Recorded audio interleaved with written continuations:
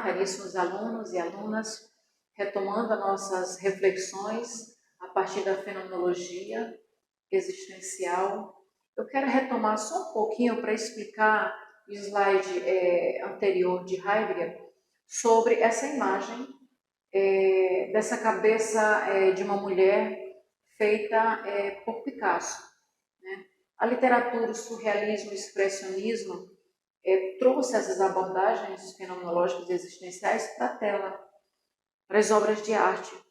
Então, até porque Heidegger afirma que o poeta, o pensador e o profeta são vozes que manifestam o ser através de uma linguagem, a linguagem poética, pode ser o poema, a música, a literatura, a arte, enfim, o ser se expressa por meio de outros mensageiros, seria assim, por outros Dasein, né? Já que ele é um ser como o outro, os outros também nos compreendem e nos colocam numa tela, num livro, numa obra de arte.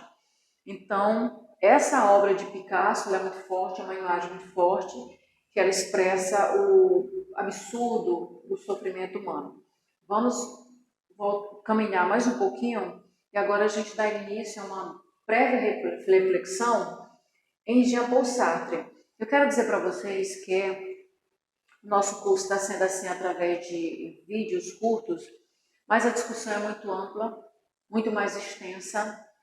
Provavelmente deve ficar alguma lacuna, alguma coisa que vocês precisam saber, mas eu vou estar à disposição de vocês para tirar algumas dúvidas, o que tiver a meu alcance para superar o que não foi dito aqui, que pode ser dito através das perguntas de vocês, eu estou à disposição, tá bom? Aqui a gente procura uma apresentação objetiva, curta, por conta do tamanho do vídeo, que não pode pesar na postagem. Então, assim, vamos prosseguir e vamos para a concepção fenomenológica em Jean-Paul Sartre.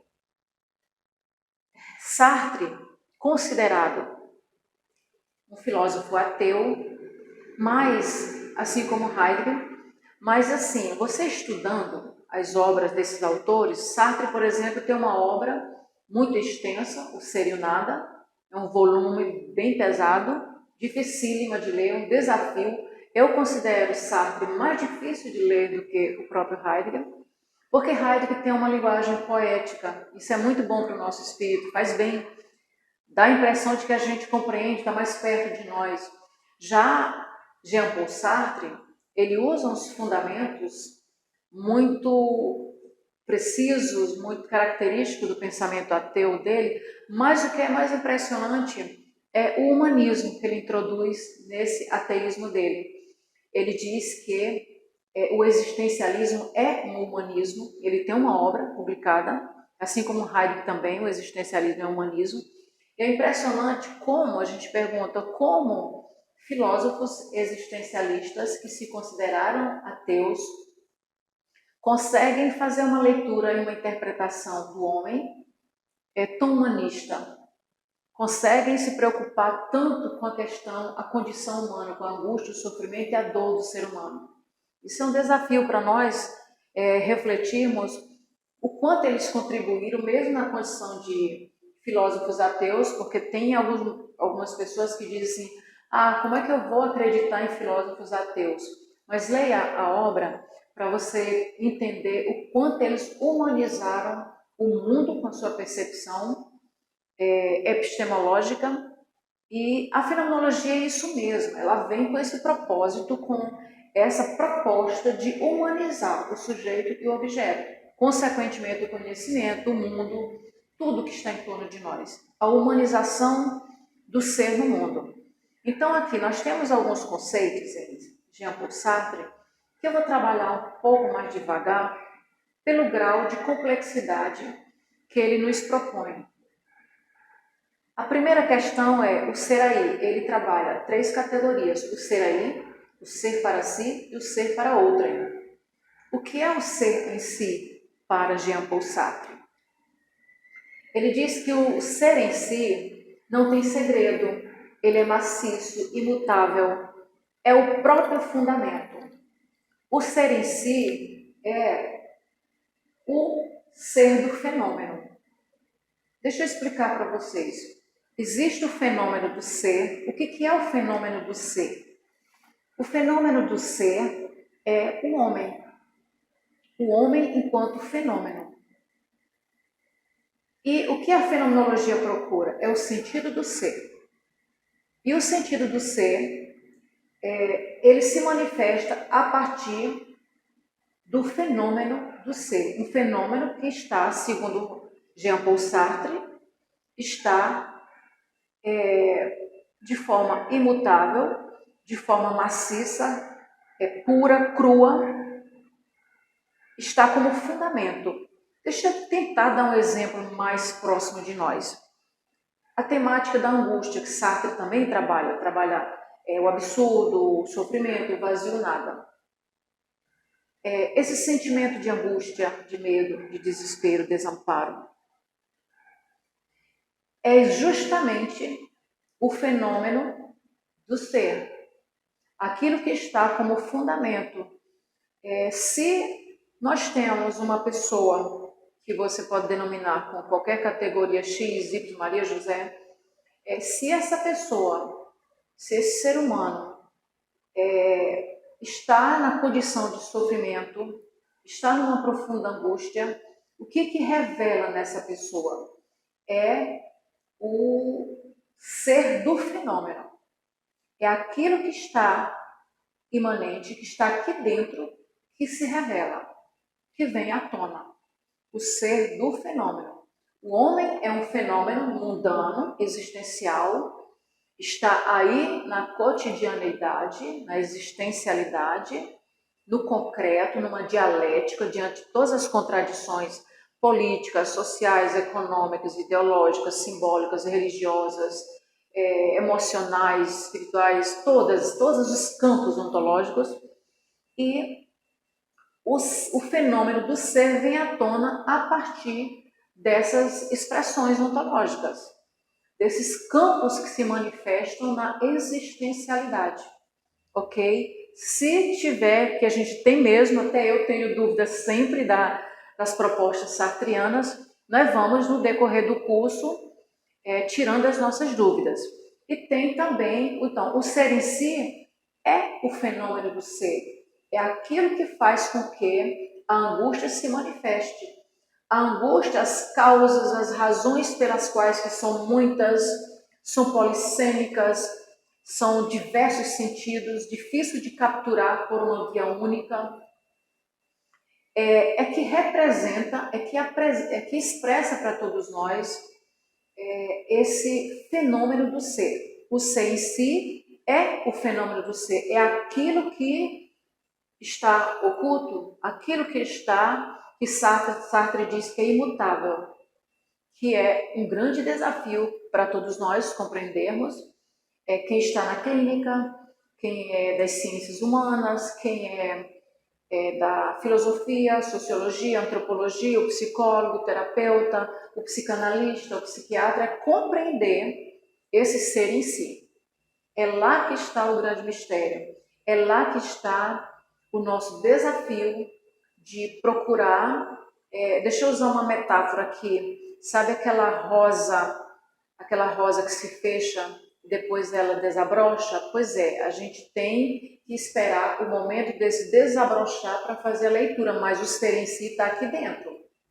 A angústia está aqui, tem suas razões, conscientes ou não, e cabe a nós, profissionais que estudam, se debruçam na psique humana, compreender o momento e todos os momentos em que o ser em si, enquanto fenômeno, desabrocha, vem à tona, ok?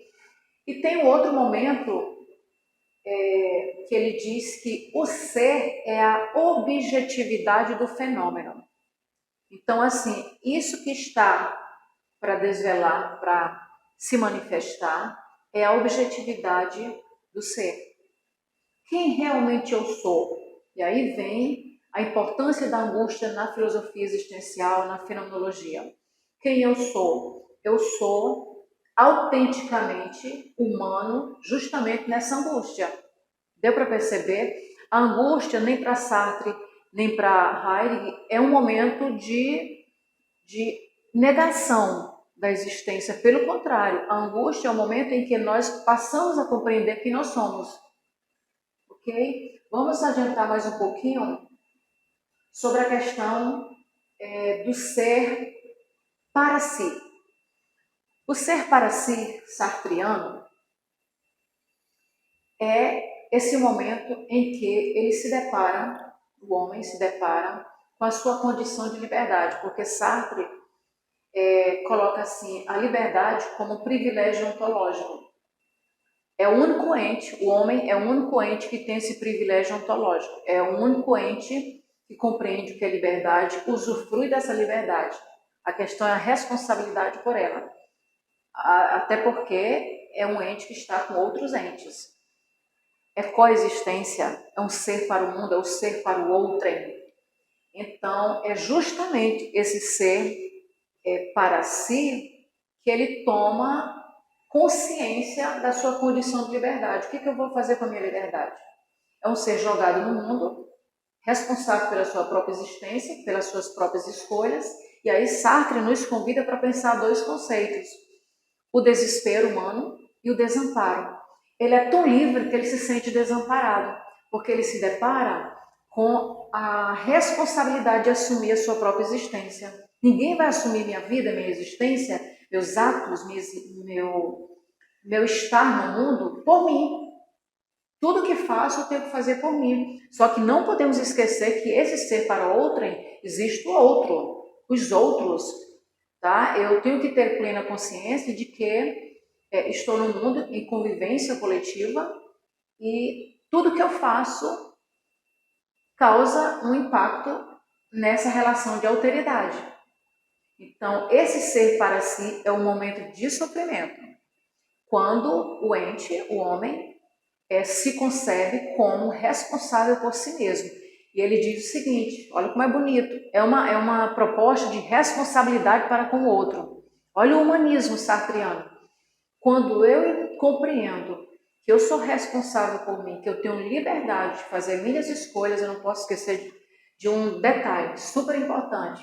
Essa escolha que faço para mim também é a escolha que faço para o outro. Exemplo, quando no dia da eleição, que a gente vai lá e coloca nosso voto na urna, a minha escolha em votar num determinado candidato é a escolha coletiva. Eu faço uma escolha para mim e uma escolha para toda a comunidade, toda a coletividade. Olha o humanismo, ele nos propõe a olhar para o outro com muita responsabilidade, entra no campo da ética e da moral.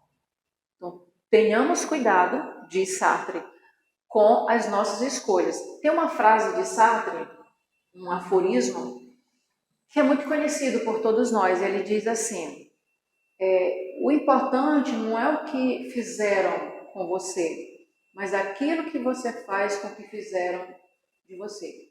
Então, assim, se você está num contexto de negação, a proposta é não reproduzir essa negação. Se você está num contexto de violência, deixa eu dar um exemplo bem prático. Vamos para o nosso cotidiano. Nós temos que, quando nós falamos em filosofia, fenomenologia, a partir da existencialidade, dessa abordagem concreta, nós temos que falar uma linguagem do nosso cotidiano.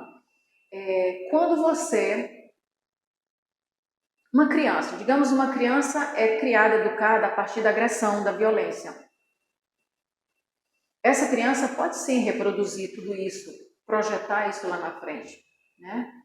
Então, quando Sartre diz que o importante é fazer, o importante é você ter consciência do que fizeram de você e não fazer o que fizeram com você com o mundo.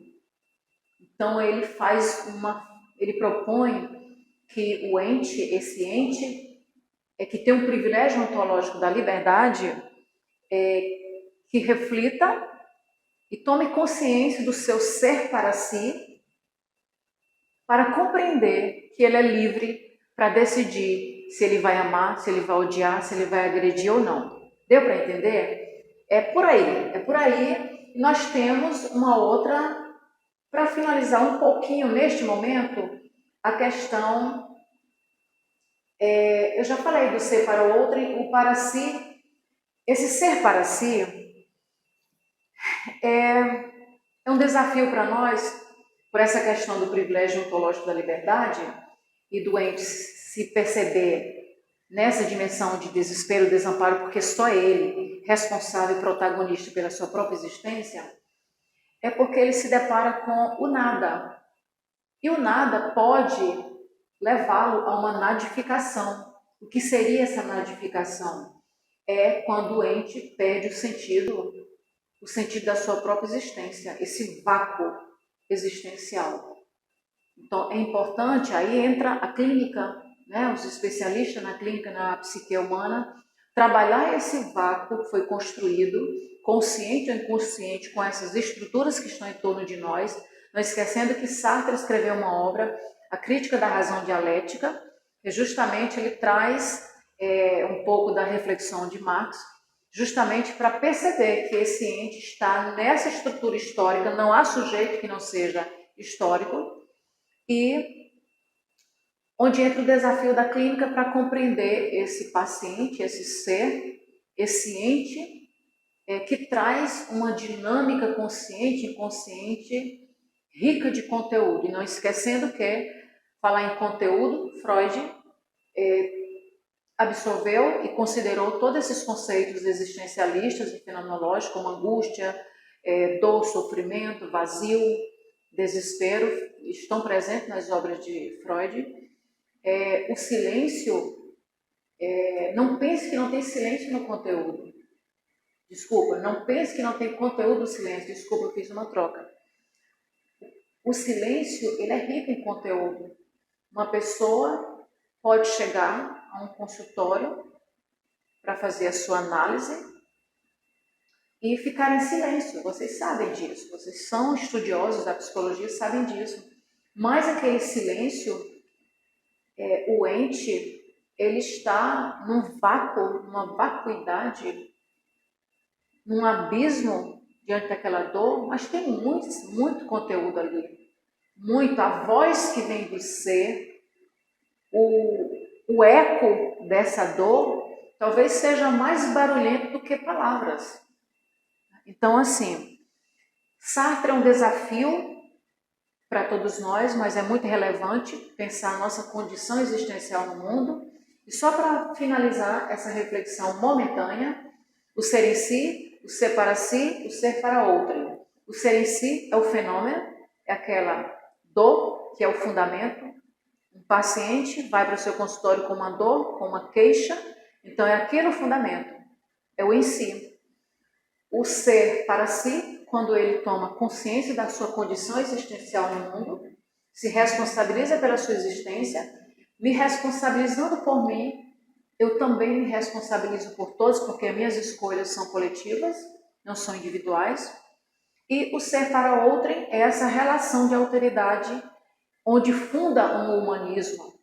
Sartre, nesse momento, ele propõe repensar um humanismo no Ocidente a partir dessa relação com o outro que foi negada, porque anteriormente, não sei se vocês estão lembrados, nós já falamos, na proposta da modernidade, o racionalismo, o tecnicismo, razão instrumental, o amor pela ciência, pelo cientificismo, esfriou a condição humana.